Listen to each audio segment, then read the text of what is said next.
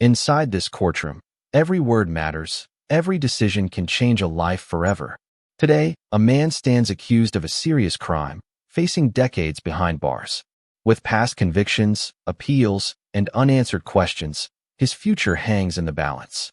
Will justice be served, or will everything change with one verdict? Stay with us as we uncover the full story behind this intense courtroom drama.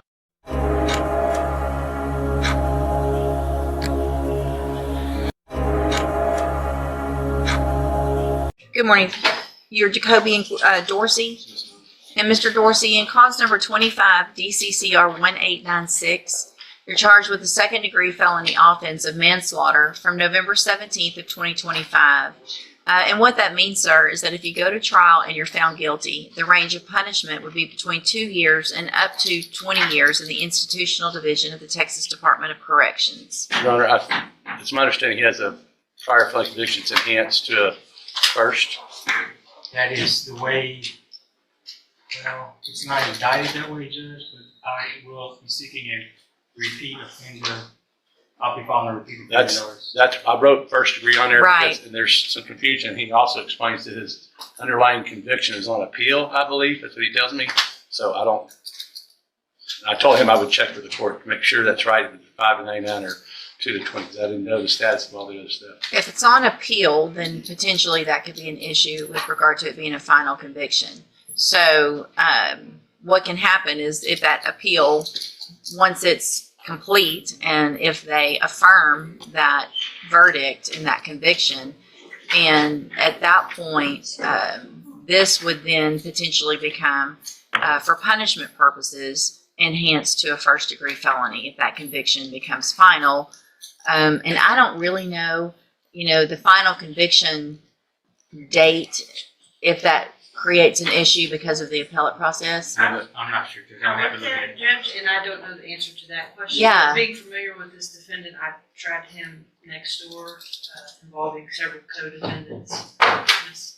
Duchamp and I did several years ago. Okay. He actually was on probation over there for cooperating with us for aggravated robbery involving adjacent murder. He received 30 years on that revocation. I went back and double checked, and I'm sorry to interject, double check that date. That hearing and that revocation was before this offense date. He had actually gone to Jefferson County Jail and was waiting on his 30-year sentence at TDC when this offense occurred.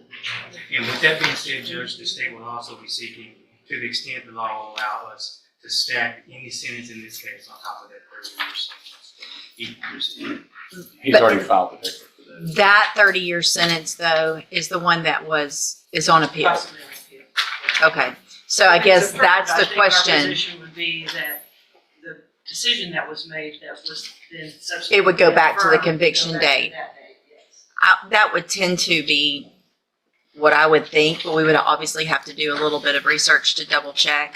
And so I think that the most thorough way to do this is for you to understand that if that conviction is affirmed by the Court of Appeals, then it would appear that the conviction date then goes back to when that original conviction was, which was prior to the date of this offense. And therefore, it could enhance your punishment to that first-degree felony. If you go to a jury and they find that you're guilty and they find that conviction true, which means your minimum punishment would be 5 years instead of 2, up to 99 years or life in prison. Do you understand? In addition, if it's affirmed prior to any trial date or anything like that, and you're found guilty, Mr. Coleman can ask that any sentence that a jury gives you be stacked on top of or run consecutive to that 30-year sentence. He's already filed that paperwork, Judge. Okay, and that decision would be up to the court or up to me. So if you're found guilty, that could be a potential punishment in addition to yours, is that whatever the jury gives you, I could stack on top of that 30-year sentence. Do you understand all of that? I'm sorry, speak up. And I have a plea bargain rejection that you've signed here with Mr. Parker that shows that the district attorney's office has made an offer, if you wanted to enter a plea of guilty, to go on just the count of manslaughter itself for a 20-year term in the institutional division. And that would be to run concurrently not. That would be Stacked. stacked. That would be stacked, Judge. At least that's the offer as it stands. The state will entertain a counteroffer. Well, I don't, yeah, I mean, that's, okay. I can't, yeah, don't know why anybody would accept that offer. So, do y'all want to visit a little bit more about this? I can And talk to him before I and see put if- it on a trial I docket? can talk to him about. Let me hold it. Y'all visit a little bit about that before I take this to the trial docket. Good morning. Are you Raul Carina? And Mr. Carino's case is set for trial to begin with jury selection this coming Monday. And what is the announcement? Your Honor, the state is ready for trial, although there's a witness that I really do need to put on our case and is unavailable for trial. So, Well, if, you can't be ready and need a witness too. So either you're ready or not. we need that witness, Your Honor. Okay. It's a lab animal, DNA lab animal. Okay. And she'll be out all week. What she told me was she was unavailable to travel and testify this coming week. Mr. Matuska?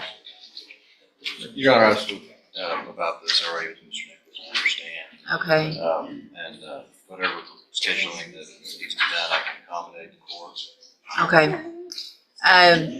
Obviously, since Mr. Carino's in custody, I want to try to get it tried as quickly as possible. I'll reset it off of this trial docket to the next available trial docket. If there's any change, and that's obviously before any change that's going to take place, just let me know and we'll get somebody that can jump in as quickly as possible. Mr. Carino, I'll get your case set as quickly as possible, but I'm going to give the state one reset so that they can try to get that witness, okay? All right, you can go back with the bailiff. Thank you, Your Honor. Yes, sir. And All right, so you're Michael Victoria, and Mr. Victoria is charged with murder in each of cause numbers 21-36410 and 21-36411. And what is the announcement? Your Honor, I plan to file a motion for trial this week on this.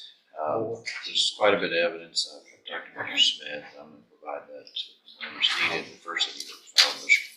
Okay, so Mr. Victoria, Mr. Matuska is going in a different direction, and so he's going to have to file and get off of most of his cases over here.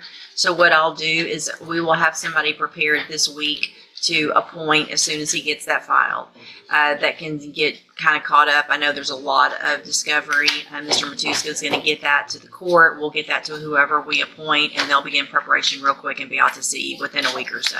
Okay, you can go back with the bailiff.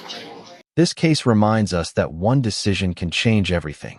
Justice, consequences, and untold stories. This is only the beginning.